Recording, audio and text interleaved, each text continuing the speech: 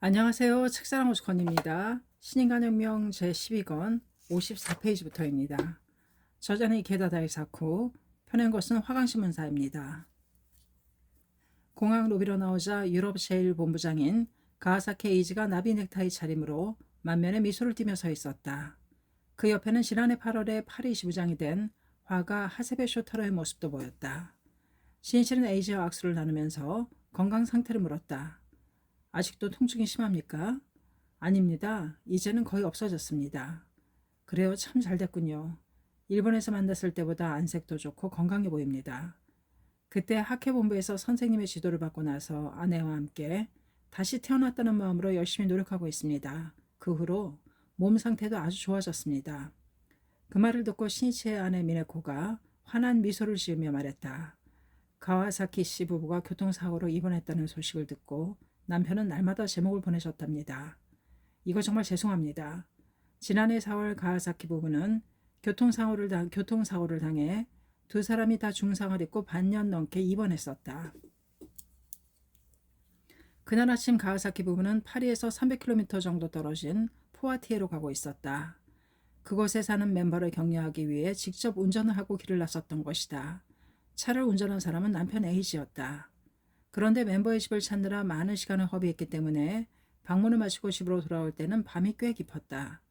부부는 저녁 식사도 거른 채 길을 재촉했다. 다음 날이 한 주일이 시작하는 월요일이라 조금이라도 빨리 집으로 돌아가고 싶었던 것이다. 그런데 출발한 지 얼마 지나지 않아 비가 내리기 시작했다. 부부는 거센 빗줄기도 피할 겸 새벽 1시쯤에 오를레앙에서 주유를 했다. 오를레앙은 100년 전쟁 당시 나라를 구하기 위해 분연히 일어선 소녀 잔다르크가 영국군을 크게 격파한 마을이다.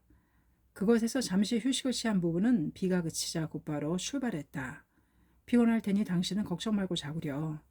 에이지의 말에 아내 요시에는 조수석에서 꾸벅꾸벅 졸기 시작했다.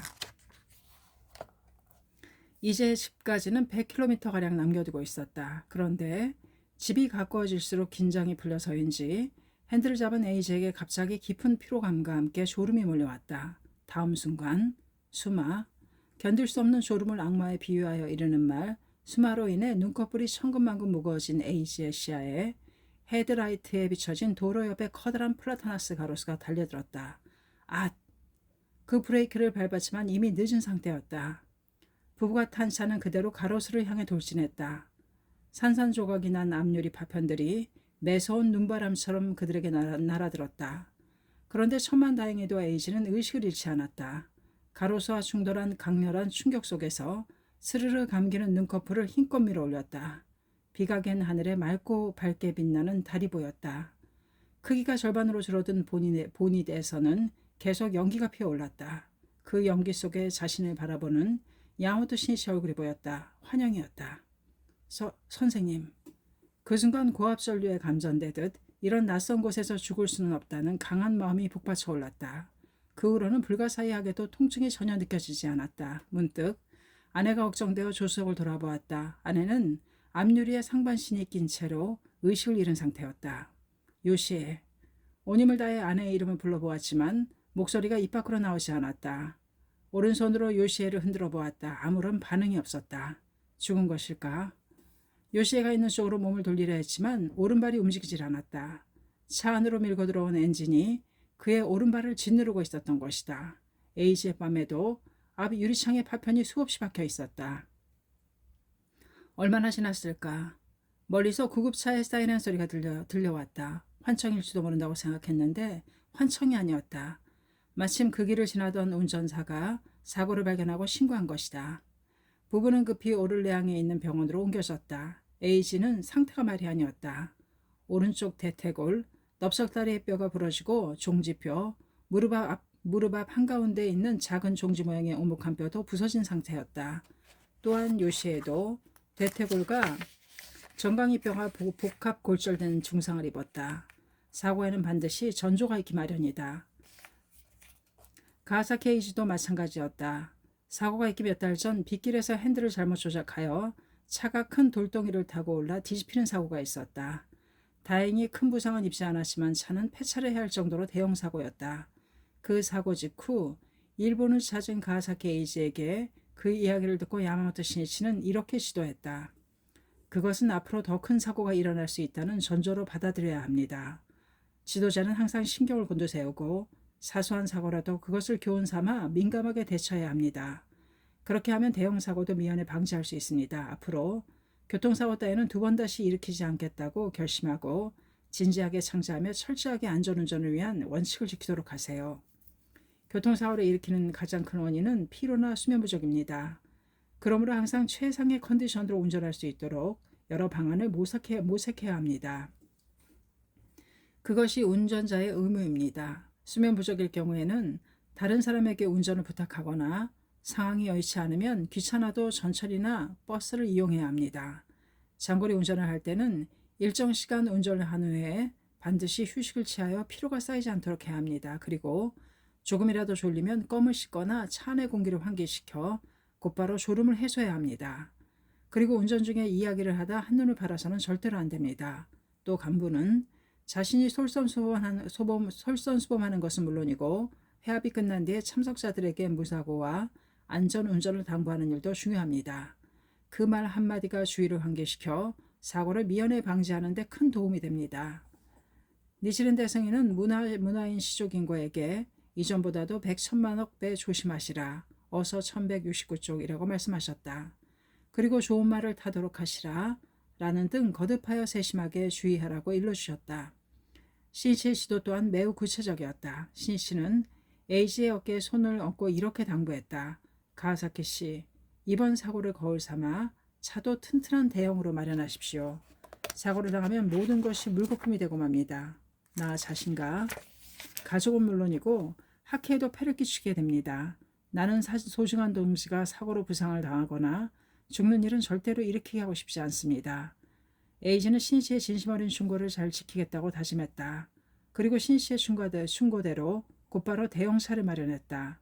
그런데 포와티에 원거리 출장할 때 떠날 당시는 수면 부족이 계속되던 참이었다. 아침 일찍부터 저녁 늦게까지 개인 지도와 불법 대화로 분주한 나날을 보내느라 피로가 쌓였던 것이다. 그런 상황에서 운전을 해서는 안 된다는 것을 잘 알고 있었다. 그러나 직접 차를 운전하여 가는 편이 훨씬 편리했다. 오늘은 어쩔 수 없다. 창제를 올리며 신중하게 운전하자. 그리하여 피로가 쌓인 채 장거리 운전을 했던 것이다. 무슨 일이든 원칙을 벗어난 상태에서 신심을 하고 있으니까 분명 가호를 받을 것이다. 나는 창제를 하고 있으니까 괜찮을 것이다. 라는 안이한 마음은 너무나 잘못된 생각이다. 이것만큼 위험한 생각은 없다. 그렇게 생각한다는 것 자체가 마에게 침범당한 사고방식이라고 해도 좋을 것이다. 성운에는 소사가 쌓여서 대사가 되니 어서 1594쪽이라고 있다. 대형 사고도 그 원인을 형성하는 요소 하나하나는 언뜻 보면 사소하게 여겨진다. 그러나 그 작은 실수나 장애가 마가 들어올 틈을 주게 되고 결국에는 돌이킬 수 없는 큰 사고를 낳는다. 그러므로 소사가 대사인 것이다. 가사키 부부의 사고도 마가 마음의 조그마한 틈을 파고들어 일어났다고 할 수 있다. 에이지는 병원으로 이송되는 도중에 정신을 잃고 말았다. 한참 뒤 병실에서 의식을 되찾은 에이지의 내리에 아내는 살아있을까라는 생각이 순간 스쳤다. 그래서 곁에 있는 간호사에게 물었다. 제 아내는 어떻게 됐습니까? 너무 걱정 마십시오. 중상이지만 생명에는 지장이 없습니다. 지금 다른 병실에서 자고 있습니다. 간호사가 미소를 지으며 프랑스어로 대답했다. 그 말을 듣는 순간 에이지의 눈에서 안도와 감사의 눈물이 주르륵 흘러내렸다. 가호를 받았다. 본처님의 가호를 받은 것이다. 마음속으로 이렇게 생각한 에이지는 간호사에게 하세베 쇼타로의 전화번호를 일러주며 연락을 달라고 부탁했다. 다음날 아침 연락을 받고 병원으로 달려온 하세베에게 에이지가 말했다. 야마모토 선생님께 교통사고를 보고해 주셨으면 합니다. 잘 알겠습니다. 하세베는 학회본부로 가와사키 부부의 사고를 전하는 전보를 보냈다. 그 전보를 받은 야마모토 신씨는 깜짝 놀랐다. 대형 사고에는 생명에는 지장이 없다고 하니 일단 안도했다. 하지만 다른 한편으로 신체 기능을 정상적으로 회복할 수 있을지 몹시 걱정되었다.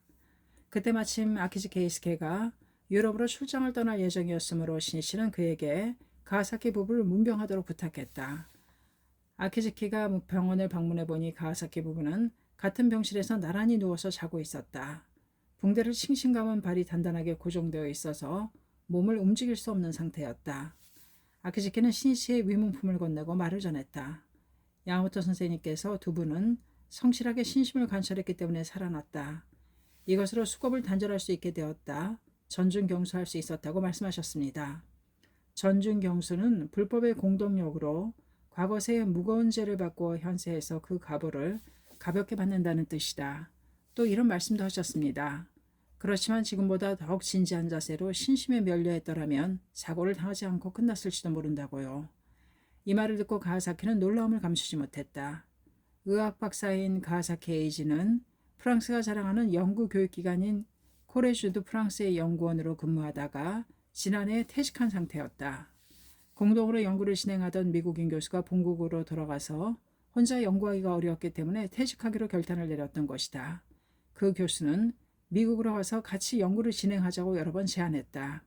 그 제안에 에이지는 선뜻 결정을 내리지 못했다. 그에게는 야마모토 선생님이 나에게 유럽 강포를 의탁하셨다. 그렇기 때문에 나는 유럽을 떠날 수 없다는 생각이 강했기 때문이다. 고민하던 에이지는 결국 연구를 단념하고 프랑스에 남기로 했다. 그리고는 학회 직원으로 채용되어 새로운 인생을 출발했던 것이다.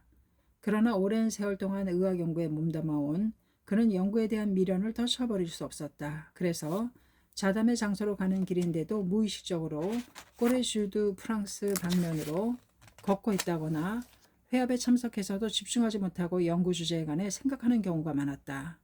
가하사키는 학회 직원으로서 회원에게 봉사하고 광선유포를 위해 끝까지 살아가자고 결심한 터였다. 그런데도 연구 생활에 대한 미련을 버리지 못하고 이도저도 아닌 생각이 끌려 방황하고 있었다. 그 방황이 광포에 대한 사명을 완수하는 데에 에이지 자신이 완전 연수하는 것을 방해했던 것이다. 누구든 신심을 하여 작은 공덕을 받는 일은 쉽다. 그러나 숙명전환이라는 대공덕을 받기란 결코 쉽지 않다. 숙명을 형성해온 자신의 마음과 성격을 응시하고 생명을 닦아 인간혁명하지 않고서는 숙명전환은 없기 때문이다. 그리고 이것을 위해서는 광포에 대한 자신의 사명을 끝까지 완수해야 한다. 확고부동한 신심으로 창제에 힘쓰고 장마와 투쟁하며 악을 분쇄하는 것이다. 그러나 에이지는 엄밀히 말해서 광포를 위해 철저하고 꿋꿋하게 달리지 못한 상태였다. 이런 미묘한 일념의 흔들림이 생명의 커다란 비상을 방해하여 숙명이라는 큰 장벽을 완전히 뛰어넘을 수 없었던 것이다. 아키즈키에게서 야마모토 신이시의 말을 전해들은 에이지는 정신이 번쩍 들었다. 야마모토 선생님이 하신 말씀의 의미를 잘 알았습니다. 사실 저는 지금까지 방황 속에서 신심에 집중하지 못했습니다. 진심으로 반성하고 있습니다. 야마모토 선생님께 폐를 끼쳐 정말 죄송하다고 하루빨리 건강을 되찾아서 다시 태어났다는 각오로 광선유포를 위해 일하겠다고 전해주십시오. 그 며칠 후 가하사키 부부는 대퇴골에 금속을 넣어 고정시키는 등의 대수술을 받았다. 수술을 받을 때 그들 부부는 아주 많은 양의 혈액을 수혈받았다. 가하사키 에이지는 사고가 발생한 지 반년 후인 10월에야 겨우 태어날 수 있었다. 퇴원 수속을 마친 에이지가 아직 병상에 누워있는 아내 요시에게 말했다. 여보, 수혈받은 우리 몸에는 프랑스 사람들의 피가 흐르고 있어. 그래서 앞으로는 프랑스 사람들의 행복을 위해 그리고 유럽의 평화를 위해 끝까지 뛸 의무가 있다고 생각하오. 정말 그러네요. 저는 태어나려면 한참 있어야 하지만 나중에 자유롭게 걸을 수 있게 되면 힘껏 노력할게요. 가사키 부부는 그 사고를 계기로 프랑스와 유럽의 광선 유포를 위해 일생을 바치겠다고 마음속 깊이 결의했다. 아내보다 먼저 태어난 에이지는 이번에 있던 반년 동안의 공백을 메우려는 듯 힘차게 학회활동에 진력했다. 그는 먼저 모든 멤버들을 직접 만나서 격려하기로 결의하고 활동을 개시했다. 한인 간의 발심을 촉구하는 것은 큰 해압보다도 오히려 1대1 대화가 더욱 효과적이기 때문이다. 병원에서 퇴원은 했다지만 에이지의 몸은 아직 완전한 상태가 아니었다. 조금만 걸어도 발에 심한 통증을 느꼈다. 그 당시 파리 시내에는 엘리베이터가 없는 아파트가 많았다. 에이지는 욱신거리는 발을 끌고 아파트 계단을 올랐다. 아직 환자인 그가 한 계단 한 계단씩 걸어 올라가서 4, 5층까지 간다는 것은 고통이었다. 계단을 오른 도중에 견딜 수 없는 통증이 엄습해오면 그는 몇 번이고 계단에 웅크리고 앉아 발을 주물렀다. 가쁜 숨을 몰아쉬는 그의 이마에서는 비지땀이 배어나왔다. 그러나 그는 이를 악물고 다시 계단을 올랐다. 동지들을 만나자. 만나서 전력을 다해 격려하자. 사고를 딛고 이연이 일어선 가와사키 에이지를 보고 멤버들은 덥석 끌어안으며 기쁨의 눈물을 흘렸다. 또 신심하기를 망설이던 사람들도 그의 생생한 체험담을 듣고는 마침내 발심할 것을 다짐했다. 1967년 봄 드디어 아내 요시에도 태어났다. 요시에는 태어난 후에도 한동안 목발에 의지해야만 했다. 이윽고 요시에가 목발을 사용하지 않고도 걸을 수 있게 되자 그들 부부는 일본으로 향했다. 하루라도 빨리 야마모토 신이치를 만나 감사의 말을 전하고 싶었던 것이다. 가와사키 부부가 일본에 온다는 연락을 받은 신이치는 뛸 듯이 기뻐했다. 이제 건강을 되찾았구나. 정말 잘 됐어. 신이치는 자신의 일처럼 기뻐하며 아내 미네코에게 몇 번이고 이렇게 외쳤다. 그러나 가와사키 부부가 학회 본부를 찾았을 때 신이치 입에서는 엄한 질책의 말이 나왔다. 이런 중요한 시기에 사고를 일으키다니 대체 무슨 생각을 하고 있는 겁니까? 가와사키 부부의 환한 얼굴이 금세 굳어졌다. 내심 위로의 말을 기대했던 것이다. 사실은 신이치도 건강을 되찾은 그들 부부에게 위로의 말을 건네고 싶었다. 그러나 그들 부부는 일반 멤버가 아니라 유럽의 광선유포를 책임진 지도자이다. 그래서 신이치는 일부러 엄한 얼굴로 호통을 쳤다. 리더가 교통사고를 일으키다니 말이 됩니까? 그 사고 때문에 많은 사람들에게 폐를 끼치고 광포의 전지를 늦춰버리지 않았습니까? 신이치는 내심 자신의 책망을 듣고 가와사키 부부가 광선유포의 지도자라는 책임은 무겁다는 사실을 통감하기를 바랐다. 신이치의 질책은 그들 부부의 가슴을 날카롭게 파고들었다. 정말 죄송합니다. 가와사키 부부는 정중히 머리를 숙였다. 과오를 깊이 뉘우친 듯 그들 부부의 눈에 눈물이 어른거렸다. 그러자 신이치가 타이르는 듯한 어조로 말했다. 이해했으면 그것으로 됐습니다. 광선유포의 리더는 동지들을 행복하게 할 책임이 있습니다. 그리고 광포의 중책을 짊어지면 짊어질수록 어서 말씀대로 마도 왕성하게 다투어 일어나게 됩니다. 그러므로 마가 비집고 들어올 틈을 주거나 마에게 지는 일이 있어서는 절대로 안 됩니다. 최고 간부로서 그 책임을 완수하지 못하면 모두를 괴롭히는 결과가 되기 때문입니다. 앞으로 절대로 사고를 일으키지 않기를 바라는 마음에서 굳이 엄하게 말했습니다. 신이치는 미소를 지으며 말을 이었다. 건강을 되찾게 되어 정말 다행입니다. 그동안 두 분이 혹시 잘못되는 것이 아닌가 정말 걱정 많이 했습니다. 5월 3일에 있을 본부총회가 끝나면 유럽을 방문할 예정이니 그때 찾아뵙겠습니다. 이제 새로운 마음으로 출발합시다. 신이치의 따뜻한 격려를 듣고 가와사키 부부는 야마모토 회장이 자신들을 얼마나 걱정하고 있었는지 절실하게 느꼈다. 가와사키 부부는 신이치의 회장 취임 7주년이 되는 날 열리는 본부총회에 참석하고는 곧바로 프랑스로 돌아왔다. 그리고는 신이치 일행을 맞이할 준비로 분주한 나날을 보냈다. 야마모토 신이치는 마중 나온 가와사키 에이지의 손을 힘껏 잡았다. 일본의 광포의 제2라운드에 돌입하여 희망찬 대전진을 개시했습니다. 이제부터 유럽도 제2라운드입니다. 모두 크게 비약할 때입니다. 잘 알겠습니다. 보훈감사의 마음으로 목숨이 있는 한 끝까지 달려가겠습니다. 가와사키 에이지의 얼굴에는 투혼이 빛나고 있었다.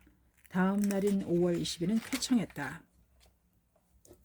이날 신이치는 파리 교회의 누이에 위치한 파리회관 입불식에 참석했다. 파리회관은 600평방미터 부지 위에 2층 건물로 세워진 훌륭한 회관이었다.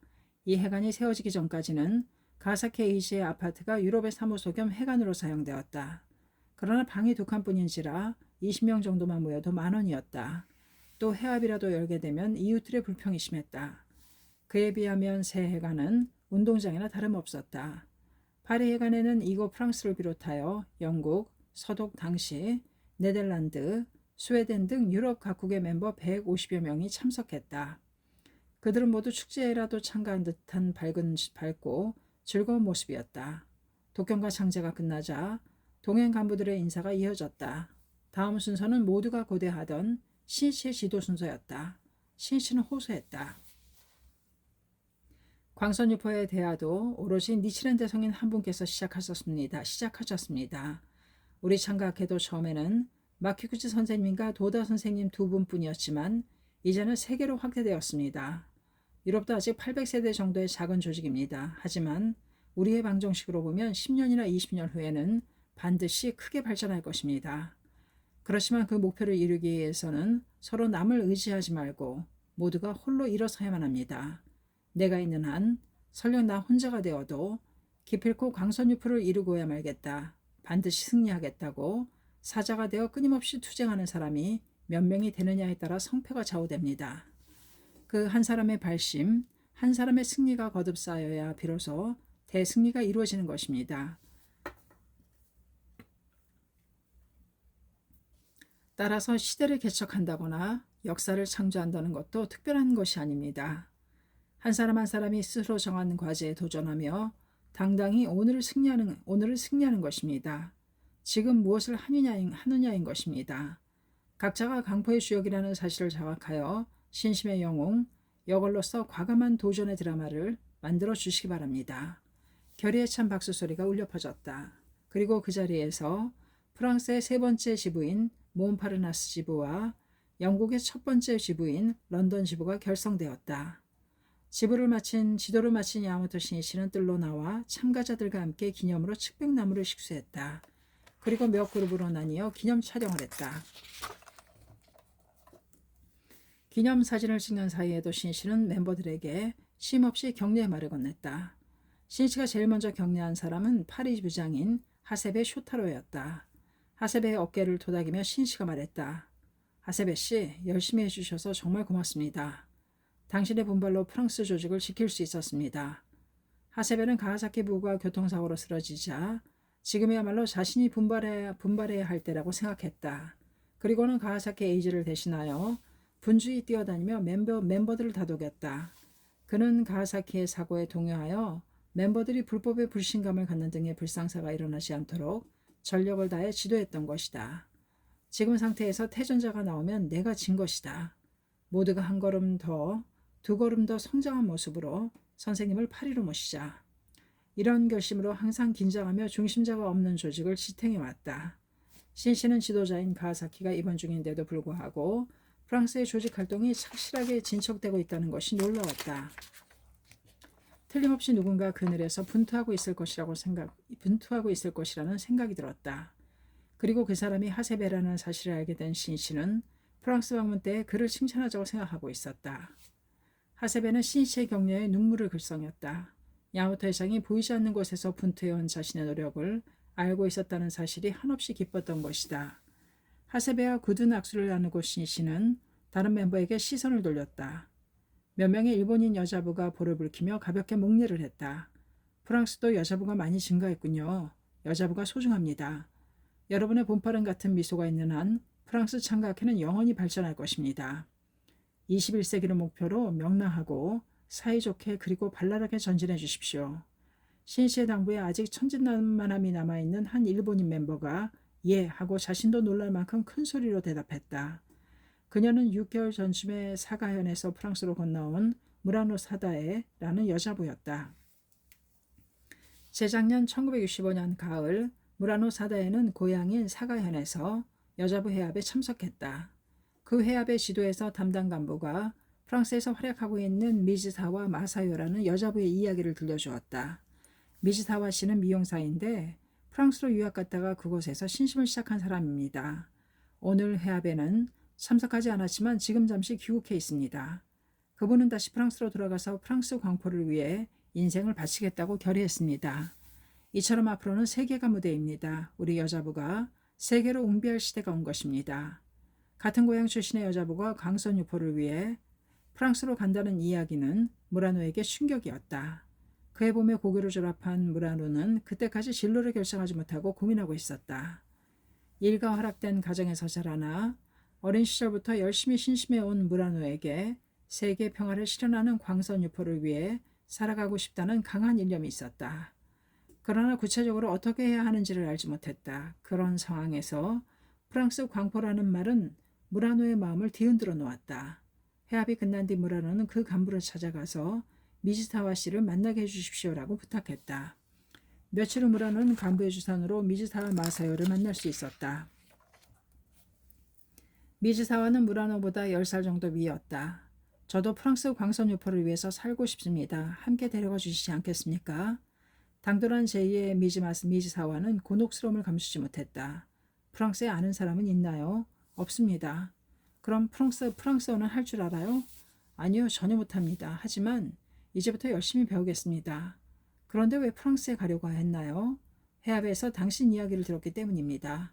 만약에 미즈사와가 아닌 미국이나 아프리카의 광선 유포를 위해 떠난다는 사람의 이야기를 들었더라도 무라노는 틀림없이 그 사람을 찾아가 데려가 달라고 부탁했을 것이다. 아무튼 패가 되겠지만 프랑스로 데려가 주세요. 아무런 계획도 없는 무모한 부탁이었다. 때를 쓰다시피 하는 무라노 사다의 말을 자리를 주선했던 여자부 간부는 초조함을 감추지 못했다. 내가 여자부가 세계를 웅비할 시세라고 말했기 때문에 이런 상황이 되고 말았어. 무라노가 냉정하게 생각할수록 잘 타일러야겠다. 무라노의 마음에 불을 지펴놓은 그 간부는 이번에는 불을 끄는 역할을 해야만 했다. 여자부 간부가 입을 열었다. 무라노 씨, 당신은 무엇 때문에 프랑스에 가려고 합니까? 조금 전에 말씀드린 대로 프랑스의 광선 유포를 위해서입니다. 그렇지만 그런 마음만으로 즉흥적인 결정을 하면 안 됩니다. 프랑스에 가서 어떻게 생계를 꾸릴지, 무엇을 하며 사회에 공헌할지 이런 구체적인 계획이나 준비가 없다면 다른 사람들에게 피해만 줍니다. 무라노는 그 간부가 해압에서 한 지도와는 다른 말을 하고 있다는 생각에 화가 불끈 치밀어 올랐다. 한번 타오른 무라노의 정열의 불꽃은 꺼지지 않고 오히려 활활 타올랐다. 그러나 그날은 부모님과 충분히 의논한 후에 다시 찾아뵙겠다고 말하고 미즈타와 마사요와 헤어졌다. 집으로 돌아온 무라노는 가족에게 자신의 계획을 말했다. 그러자 가족 모두가 극구 만류했다. 먼저 어머니가 단호하게 말했다. 여자아이가 아무런 연고도 없이 외국으로 나간다니 말이 되니? 그런 위험한 일은 절대 허락할 수 없다. 7자매 중에 5째인 무라노를 언니들도 강하게 만류했다. 넌 지금 꿈을 꾸고 있는 거야. 제발 정신 좀 차려라. 너는 아름답고 화려한 파리를 동경하고 있을 뿐이야. 무라노의 가족은 모두 신심을 하고 있었다. 그런 가족까지 광선유포를 위해서 프랑스로 떠나겠다는 그녀의 순수한 마음을 이해하지 못하는 것이 분하기만 했다. 무라노는 반드시 프랑스에 가고야 말겠다고 다짐하고 울면서 창제를 거듭했다. 그로부터 얼마 뒤 양호토 회장이 고등부 멤버에게 보낸 지침서인 봉치어 미래로 옹비하라가 1965년 다이바쿠렌게 11월호 건두원에 발표되었다.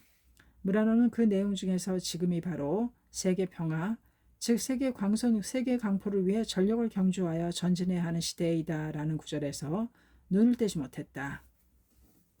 그 구절은 더욱더 무라노의 투지에 불을 지폈다. 새해가 되자 무라노 사다에는 다시 미즈사와를 찾아갔다. 이번이 3번째 만남이었다. 어떻게든 프랑스에 가겠다는 무라노의 결심은 처음 만났을 때보다도 한층 더 강해져 있었다. 무라노는 호소했다. 제 의지는 변하지 않습니다. 가능한 한 폐를 끼치지 않도록 노력하겠습니다. 저를 꼭 프랑스로 데려가 주세요. 제발 부탁입니다. 미즈사와는 무라노가 스스로 포기하기를 바라며 2번째 만남 때 프랑스에서 살아간다는 것이 얼마나 힘들고 어려운 일인지를 들려주었다.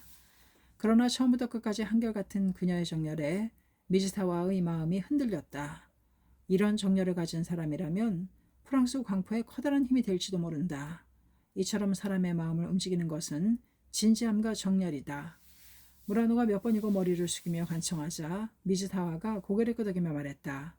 좋아요. 도와줄게요. 같이 프랑스로 갑시다. 그 순간 무라노의 눈이 빛났다. 그게 정말입니까? 감사합니다. 정말 감사합니다. 그럼 지금 즉시 프랑스어 공부를 시작하세요. 상대방이 납득하도록 불법을 설명할 능력이 없으면 광선유포에 아무런 도움이 되지 않으니까요. 그러니까 절복을 많이 하세요. 대략 가을쯤에 출발할 예정이니까 그때까지 10세대는 포기해야 합니다. 할 수 있겠어요? 미즈사와는 이렇게 말하고 자신의 생각을 말하기 시작했다. 나는 이번으로 3번째 프랑스에 가는 거예요. 지금까지는 나 자신의 공부를 위해서만 갔지요. 하지만 이번에는 달라요. 프랑스 광포를 위해 살아가겠다고 결의하고 떠나는 거예요. 그러니 우리 함께 열심히 노력해요. 미즈사와가 처음으로 프랑스에 간 것은 1963년이었다. 일본에서 신진 미용사로 주목받고 있었지만 새로운 기술을 배우기 위해 프랑스로 건너갔다. 그녀는 어학학교에 다니면서 프랑스어를 익혔다. 그러나 그 당시에 프랑스에서 일본인을 연수생으로 받아주는 미용실은 좀처럼 찾을 수 없었다. 미용사 공부를 할 수가 없다면 프랑스에 건너온 아무런 의미가 없었다. 바로 그 무렵 미즈사와는 알고 있던 일본계 부인에게서 불법 이야기를 듣게 되었다. 신심을 하면 소원이 반드시 이루어진다는 그 부인의 말에 지푸라기라도 잡는 심정으로 신심을 시작했다. 그 부인의 말대로 열심히 신심에 면려하자 미지사와의 소원은 얼마 지나지 않아 이루어졌다. 우연히 알게 된 사람의 소개로 파리의 유명 미용실에서 공부할 수 있게 된 것이다. 그것은 초신의 공덕이었다. 그 이듬해 미지사와는 많은 성과를 거두고 귀국했다. 미지사와의 고향집은 미용실을 경영하고 있었다. 그리고 어머니와 두 여동생도 미용사였다.